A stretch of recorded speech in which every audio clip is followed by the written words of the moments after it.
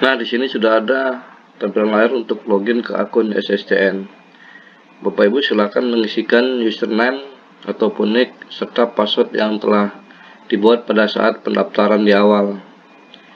Jika berhasil login, nanti ada keterangan tentang resume pendaftaran.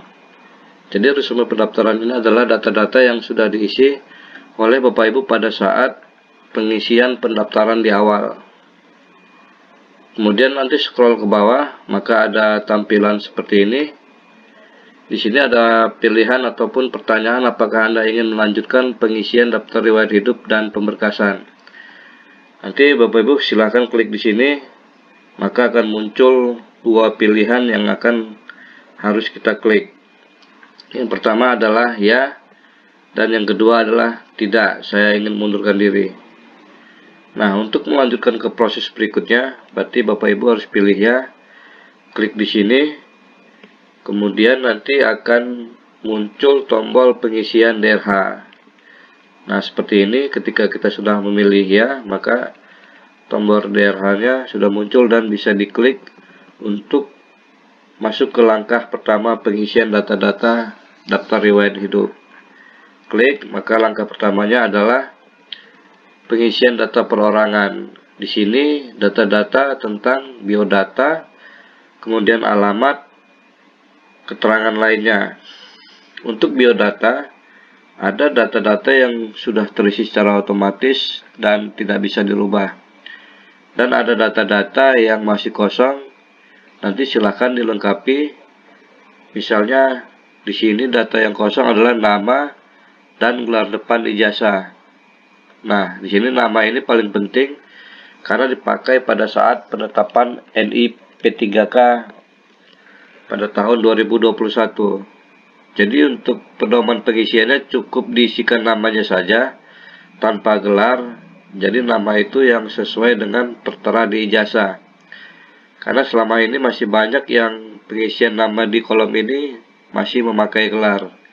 Jadi sekali lagi untuk pengisian nama cukup nama yang tertera di ijazah saja tanpa gelar.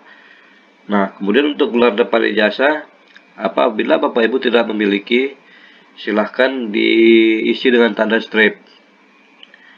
Di sini ada gelar belakang ijazah, jika sesuai dibiarkan saja atau abaikan saja. Tapi jika masih belum sesuai nanti bisa diklik di sini untuk memperbaiki nama asli, nama gelarnya. Kemudian untuk tempat lahir ijazah, nanti dicek di ijazahnya apakah di sini sudah benar atau belum. Apabila masih kosong, silahkan diisi. Kemudian tempat lahir KTP, silahkan dicek juga di KTP-nya apakah sudah benar atau masih kosong, silahkan diisi juga. Tanggal lahir ijazah sama, kemudian tanggal lahir KTP juga sama. Nah, jika untuk pengisian data-data biodata sudah selesai, maka ke tahap selanjutnya pengisian alamat. Di sini untuk pengisian alamat ada item-item yang harus kita isi. Misalnya provinsi, kabupaten kota, kecamatan, kelurahan desa, jalan, alamat lengkap, dan kode pos. Nah, untuk provinsi silakan diklik di sini, nanti akan muncul nama-nama provinsi untuk domisili dari masing-masing Bapak Ibu.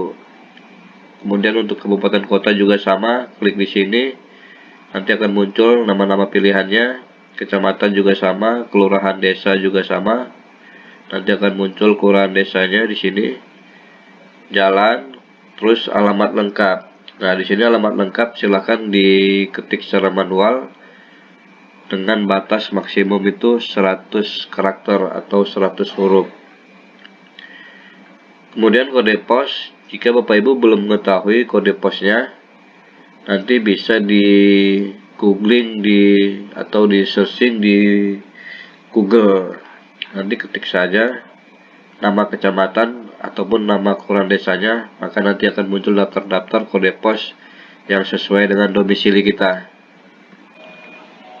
Untuk kolom-kolom yang ditandai merah itu wajib diisi oleh Bapak Ibu, jangan sampai kosong. Karena kalau sampai kosong, nanti kemungkinan pemberkasan Bapak Ibu statusnya menjadi BTL. Nah, untuk langkah pertama ini jika sudah terisi semua, dan data-datanya diyakini sudah benar, maka bisa klik selanjutnya di sini untuk ke tahap berikutnya ataupun ke langkah kedua. Nah, setelah diklik maka akan tampil seperti ini. Di sini ada data-data tentang pendidikan, kemudian tentang data-data kursus. Pada kolom untuk yang pendidikan itu sebagian secara otomatis sudah terisi, maka Bapak Ibu tidak perlu lagi merubahnya, tapi masih ada kolom-kolom yang masih kosong yang harus dilengkapi. Untuk melengkapi kolom-kolom yang masih kosong bisa klik diubah, maka nanti akan muncul tampilan seperti ini. Di sini ada item-item tentang tingkat pendidikan, itu biasanya sudah terisi secara otomatis. Kemudian jurusan juga sama, sudah terisi otomatis. Nah, ini nama sekolah atau perguruan tinggi. Nanti Bapak Ibu isikan di sini di mana tempat Bapak Ibu berkuliah. Misalnya di Universitas di Ponorogo. Nanti tinggal klik aja di sini, maka akan muncul nama-nama universitasnya. Silahkan dipilih untuk nama universitas tersebut. Kemudian akreditasinya silahkan diketik di sini. Misalnya akreditasinya A ataupun B. Nah, ini untuk tempat ini adalah tempat di mana kampus ataupun universitas Bapak Ibu itu berada. Tadi kita contohkan Universitas di Ponorogo, berarti kita klik di sini, maka akan muncul pilihan-pilihannya. Universitas di Ponorogo itu berada di Semarang, maka tinggal pilih aja Semarang kota di sini. Nanti akan ada contoh tampilan-tampilan ataupun pilihan-pilihan dari tempat universitas tersebut. Nomor ijazah juga sama, nanti tinggal diisi aja. Silahkan dicek di ijazahnya masing-masing untuk pedoman pengisiannya di sini. Tanggal ijazah juga dicek di ijazahnya masing-masing. Setelah itu diisi di sini. Nama pejabat. Nah, ini pejabat ini adalah pejabat yang menandatanganin ijazah dari Bapak Ibu. Misalnya di ijazah itu yang menandatanganinya adalah rektor, maka silahkan diisi cukup rektor, ketik rektor aja di sini. Ataupun misalnya yang menandatangani adalah dekan, maka cukup diketik dekan di sini. Jadi Bapak Ibu nggak perlu ataupun mengisi nama lengkap dari pejabat tersebut, cukup nama jabatannya saja, seperti contoh yang tadi saya sebutkan. Untuk gelar depan, ini gelar depan bagi yang tidak memiliki bisa diisi dengan tanda strip. Kemudian gelar belakang nanti disesuaikan dengan yang tertera di ijazahnya. Misalnya gelar belakang Ibu SPD, berarti silahkan di sini diisi dengan SPD sesuai dengan ijazah masing-masing dari Bapak Ibu. Kemudian disimpan di sini, simpan klik, maka akan tampilan kembali seperti ini.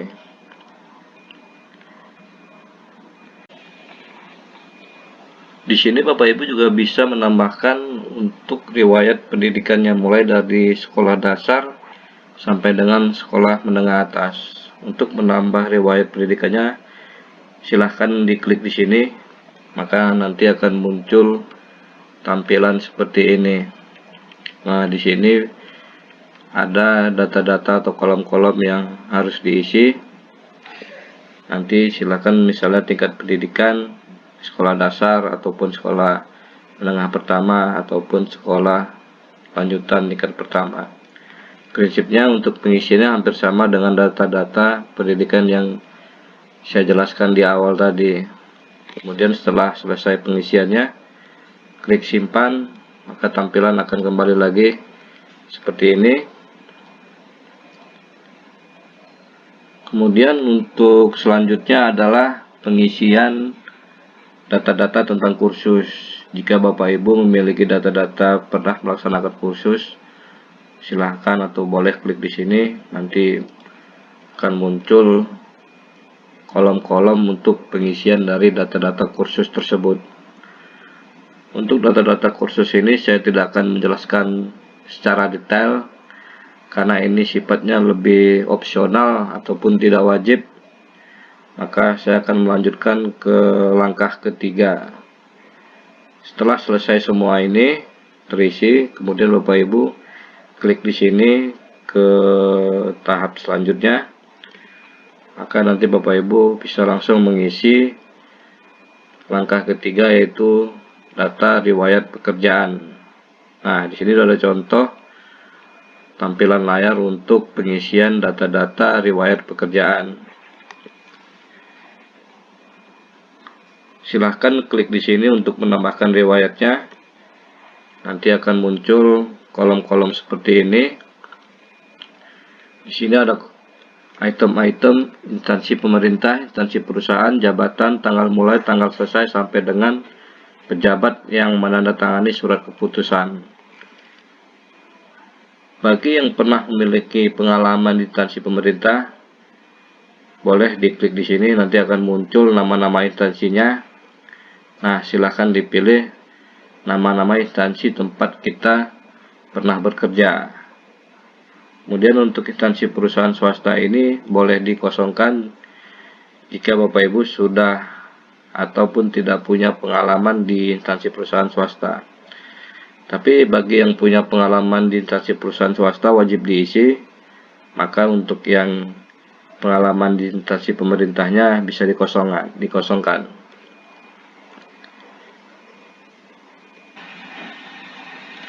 Nah, kemudian untuk jabatan bisa diisi misalnya dengan jabatan sebagai guru. Jadi cukup diketik guru saja di sini. Kemudian tanggal mulai diisi tanggal berapa, tanggal selesainya tanggal berapa, gaji pokok juga boleh diisi. Kemudian untuk nomor, ini adalah nomor dari surat keputusan pengangkatan Bapak Ibu. Tanggalnya juga nanti silakan dicek di SK-nya masing-masing tanggal berapa penerbitan SK-nya, kemudian pejabat yang menandatangani surat keputusan tersebut. Di sini misalnya pejabatnya adalah Kepala Dinas Pendidikan ataupun Kepala Sekolah tempat Bapak Ibu mengajar pada saat itu. Setelah itu bisa disimpan di sini. Ketampilannya akan kembali lagi seperti ini. Nah, kemudian untuk tahap selanjutnya adalah pengisian tanda jasa penghargaan. Untuk pengisian tanda jasa penghargaan itu sifatnya opsional, jadi tidak wajib, boleh dikosongkan oleh Bapak Ibu. Sama juga dengan pengisian untuk data-data prestasi, ini juga boleh dikosongkan. Jadi saya tidak akan menjelaskannya juga secara detail untuk tanda jasa penghargaan dan tanda jasa prestasi. Setelah pengisian tahap ketiga ini sudah lengkap, bisa diklik di sini untuk ke tahap keempat ataupun ke tahap selanjutnya. Bapak Ibu silahkan klik selanjutnya, maka nanti akan muncul data keluarga ataupun pengisian tentang data-data keluarga. Untuk langkah keempat ini ada data-data tentang istri ataupun suami, kemudian data anak, terus data orang tua kandung, data saudara kandung, dan data Bapak Ibu mertua. Nah, yang pertama adalah data tentang istri atau suami. Nanti tinggal diklik di sini untuk menambahkan riwayat data istri ataupun data suami. Setelah diklik, maka akan muncul tampilan seperti ini. Di sini ada kolom untuk pengisian NIK, nomor KK, NIP jika pasangannya berstatus PNS, kemudian tempat lahir, tanggal lahir, pekerjaan, perusahaan, institusi, status perkawinan, akta menikah, tanggal menikah, status hidup. Nah, untuk NIK ini silakan diisi NIK dari pasangan Bapak Ibu. Kemudian nomor KK-nya sudah jelas, bisa dilihat di KK masing-masing. Nah, kemudian untuk NIP ini apabila pasangannya berstatus PNS. Tapi jika tidak bisa dikosongkan saja. Kemudian untuk tempat lahir sesuai KTP, tanggal lahir sesuai KTP, pekerjaan silahkan diisi. Kemudian status perkawinan nanti bisa diklik di sini di tanda panah bawah. Kemudian akte menikahnya ini nomor berapa, tanggal menikahnya tanggal berapa, status hidupnya hidup atau mati. Nah, kemudian silahkan disimpan, maka tampilan akan kembali seperti ini. Untuk selanjutnya adalah pengisian data tentang anak. Nanti tinggal diklik di sini untuk menambahkan riwayat anak, maka tampilannya akan menjadi seperti ini. Sama prinsipnya seperti tadi, pengisiannya seperti tanggal lahir, tempat lahir, pekerjaan. Nanti saya tidak akan jelaskan lagi. Untuk orang tua kandung juga sama. Klik di sini. Nanti tampilannya juga sama persis seperti yang tadi. Tinggal diisi saja. Nah, kemudian saudara kandung juga sama. Klik di sini. Bapak ibu mertua juga sama. Nanti bisa diklik di sini. Nanti kolom-kolomnya akan muncul. Untuk pengisiannya juga hampir sama seperti yang data istri dan suami yang di awal tadi. Jika sudah, nanti bisa diklik seperti biasa di sini untuk melanjutkan ke tahap berikutnya. Nah, setelah diklik selanjutnya, maka akan mengisi data-data yang langkah kelima, yaitu data-data tentang organisasi. Nah, contohnya seperti ini. Di sini data-data organisasi, misalnya nama organisasi, jabatan organisasi, tanggal mulai, tanggal selesai, tempat, dan siapa pemimpin organisasinya. Nanti Bapak Ibu bisa menambahkan di tambah riwayat organisasi. Di tombol ini nanti muncul kolom-kolomnya seperti ini. Nah, disitu ada item-itemnya saya sebutkan tadi. Silahkan diisi, misalnya nama organisasinya OSIS, terus jenis organisasinya itu adalah sosial. Apabila tidak ada jabatan organisasi bisa dipilih tidak ada, nanti bisa diklik tanda panah bawah ini, maka ada pilihan-pilihan tersebut. Kemudian nama kedudukannya sebagai apa, terus tanggal mulainya tanggal berapa, tanggal selesainya sampai kapan berakhir di organisasi tersebut, kemudian tempat organisasi atau alamat organisasi tersebut. Nah, untuk pemimpinnya, kemudian pemimpinnya itu siapa namanya, silahkan diisi di sini. Kemudian disimpan, maka nanti tampilannya akan kembali ke tampilan semula. Di sini juga ada keterangan lain-lain yang wajib diisi, misalnya nomor surat keterangan catatan kepolisian. Nanti disilahkan diisi bagi Bapak Ibu yang sudah memiliki SKCK tersebut. Kemudian tanggal surat keterangan catatan kepolisian. Nah, ini mungkin nanti pengisiannya lebih mudah karena sudah ada pedomannya. Nanti tinggal dicek aja di dokumennya masing-masing untuk tahapan ataupun pedoman-pedoman untuk pengisian keterangan lainnya di sini.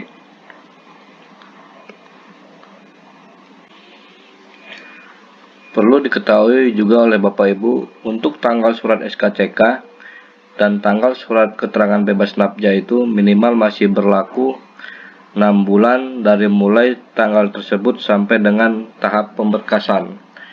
Misalnya tahap pemberkasan itu di tanggal 10 November 2021, berarti minimal untuk tanggal surat tersebut adalah tanggal 11 Mei tahun 2021.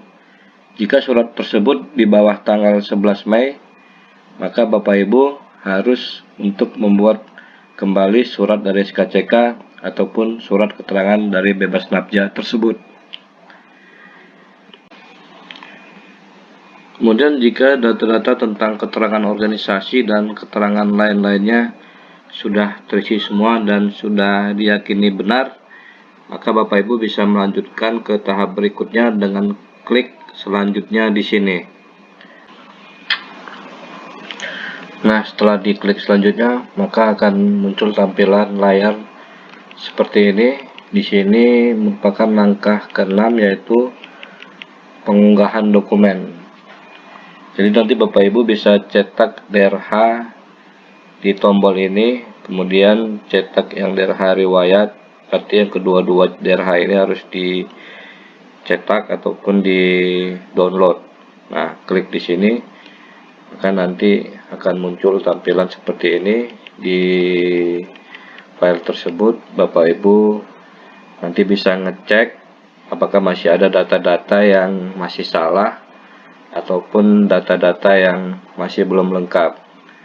Jika masih ada yang salah ataupun data yang belum lengkap, nanti bisa kembali ke tampilan ini. Di sini di atas ada data-data ataupun keterangan-keterangan data. Misalnya data ibu di data keluarga yang salah ataupun di data pekerjaan, nanti bisa klik di sini di keterangan ini ataupun di tulisan ini. Maka nanti ibu akan diarahkan ataupun tampilannya berisi kolom-kolom tentang pekerjaan ataupun kolom-kolom tentang keluarga. Tapi jika keseluruhan data-datanya sudah diyakini benar, berarti Bapak Ibu tidak perlu untuk mengubah ataupun memperbaiki data-data tersebut. Bapak Ibu bisa langsung ke sini cetak DRH perorangan dan cetak DRH riwayat. Jadi untuk kedua-dua DRH ini harus diklik supaya nanti bisa disimpan di file masing-masing oleh Bapak Ibu. Nah, setelah filenya kesimpan, silahkan dibuka. Nanti contohnya seperti ini filenya. Nah, di sini ada kolom yang ditandai bintang. Jadi kolom ditandai bintang ini seperti nama, kabupaten kota tempat lahir, tanggal lahir, itu harus ditulis tangan.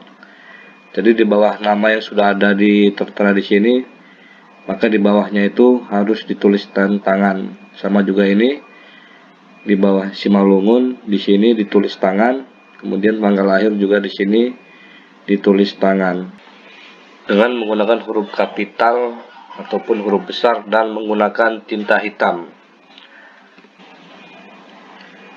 Jika sudah, nanti untuk cetakan fisik dari daftar riwayat hidup ini harus ditandatangan di bawah.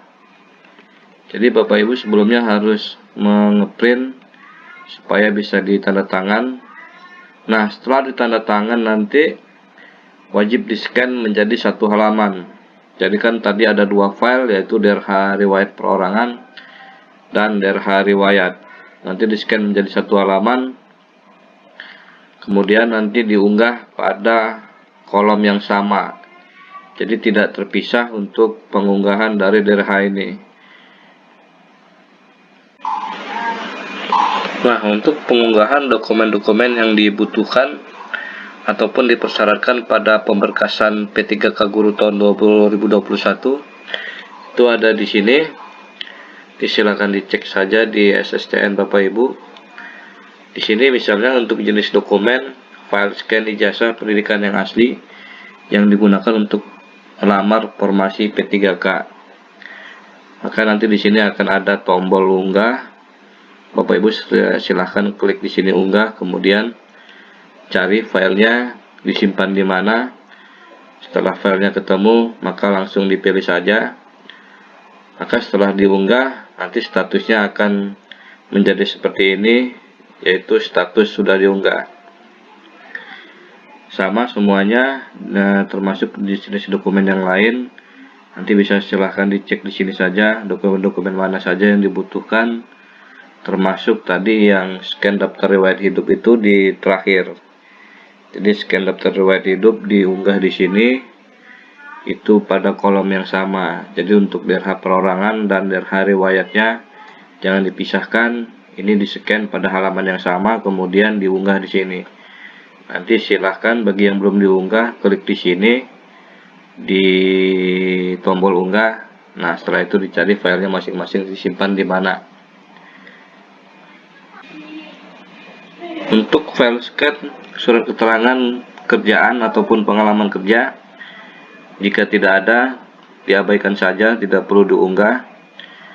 Jadi setelah itu Jika Bapak Ibu sudah yakin dengan data-data dan dokumen-dokumen secara keseluruhan termasuk dokumen-dokumen yang diunggah, maka bisa mengakhiri proses pengisian DRH di sini.